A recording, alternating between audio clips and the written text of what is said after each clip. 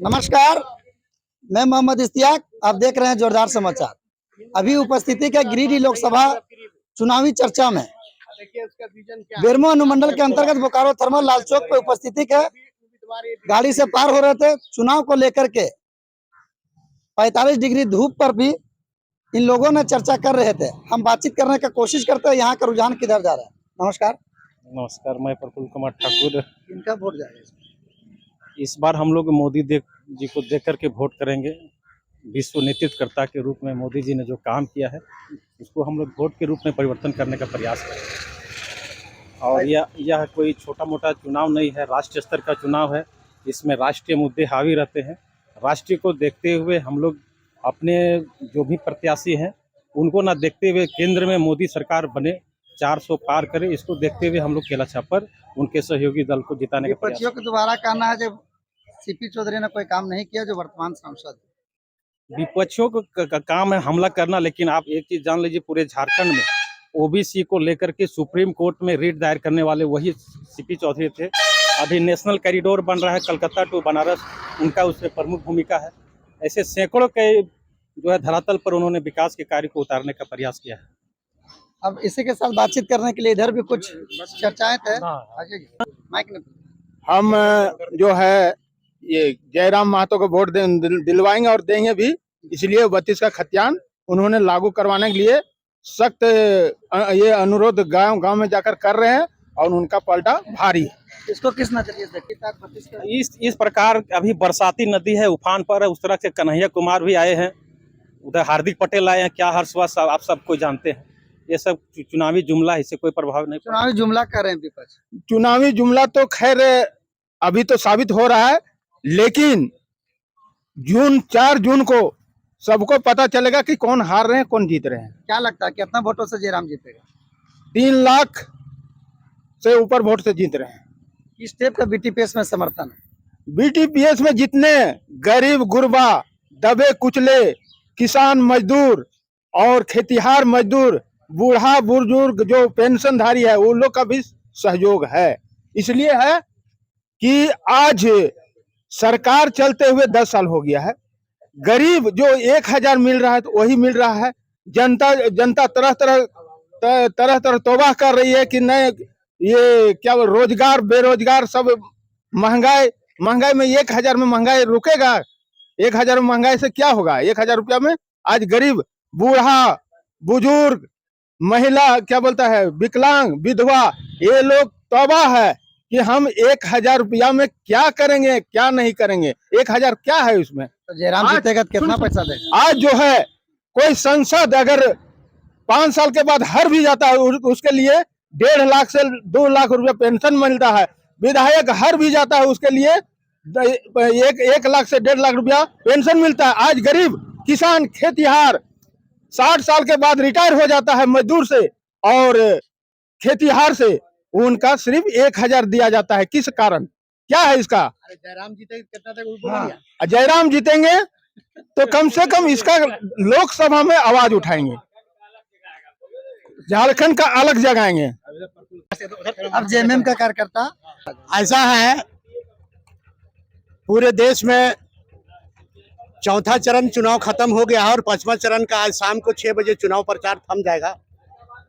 और इंडिया गठबंधन पूरे देश में बहुत ही मजबूती के साथ इस बार चुनाव लड़ रहा है और इंडिया गठबंधन का पूर्ण बहुमत की सरकार 4 जून को बनने जा रही है।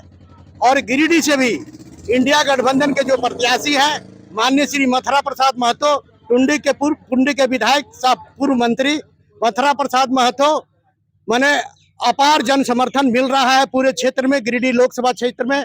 और बहुमत माने पूर्ण बहुमत से वो चुनाव जीतेंगे। हमको लगता है कि 25 से 30 हजार वोट के आसपास से चुनाव जीतेंगे, ज्यादा तो नहीं।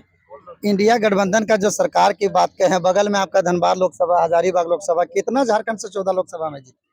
झारखंड से इस बार हम लोग 7 से 8 सीट पर इंडिया गठबंधन चुनाव जीतने जा रही है। इस बार बीजेपी का सुपड़ा साफ है झारखंड में, चाहे बीजेपी लाख दावा कर ले, क्योंकि 10 साल के दरमियान भारतीय जनता पार्टी ने पूरे देश को, बल्कि झारखंड को ही नहीं पूरे देश को ठगने का काम किया है।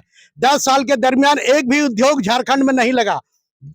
14 में 14 में 12 सीट देने का काम किया, 2014 में भी और 2019 में भी, लेकिन एक भी उद्योग झारखंड में नहीं लगने का काम किया। एक उद्योग लगा गोड्डा में तो अडानी का लगा, और अडानी का पावर प्लांट लगा, उसमें कोयला कहां से आ रहा है आप लोग को बता देना चाहते हैं। कोयला ऑस्ट्रेलिया से आ रहा है, जमीन झारखंड के रैयत ने दिया और कोयला ऑस्ट्रेलिया से आ रहा है। ये स्थिति है भारतीय राज्य में सरकार आपका है, उसके बावजूद भी ऑस्ट्रेलिया से कोयला आ रहा है, कमी ये भारत सरकार की लगाम है कोयला पर।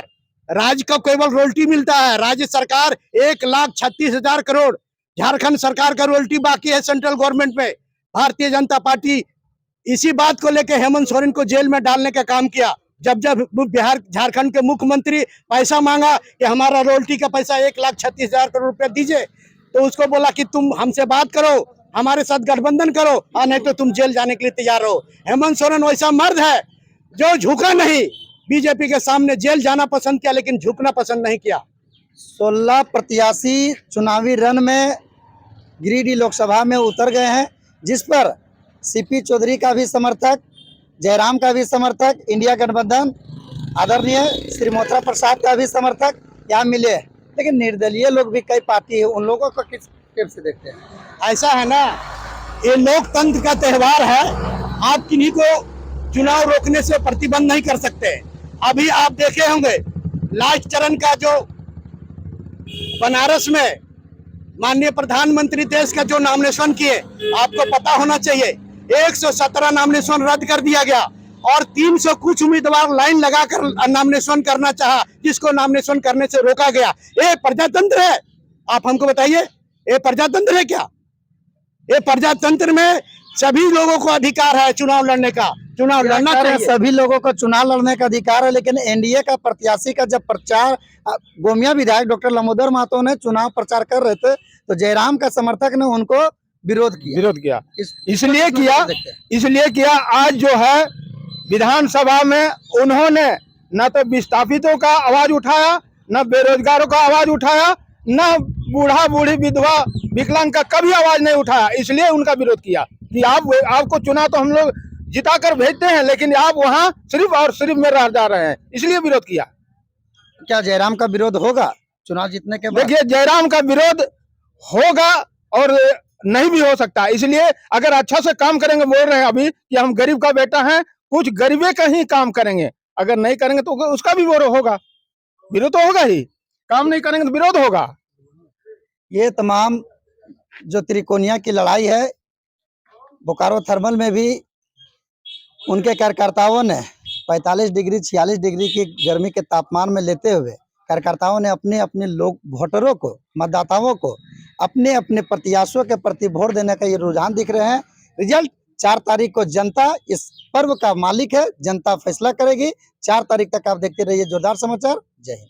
जय हिंद।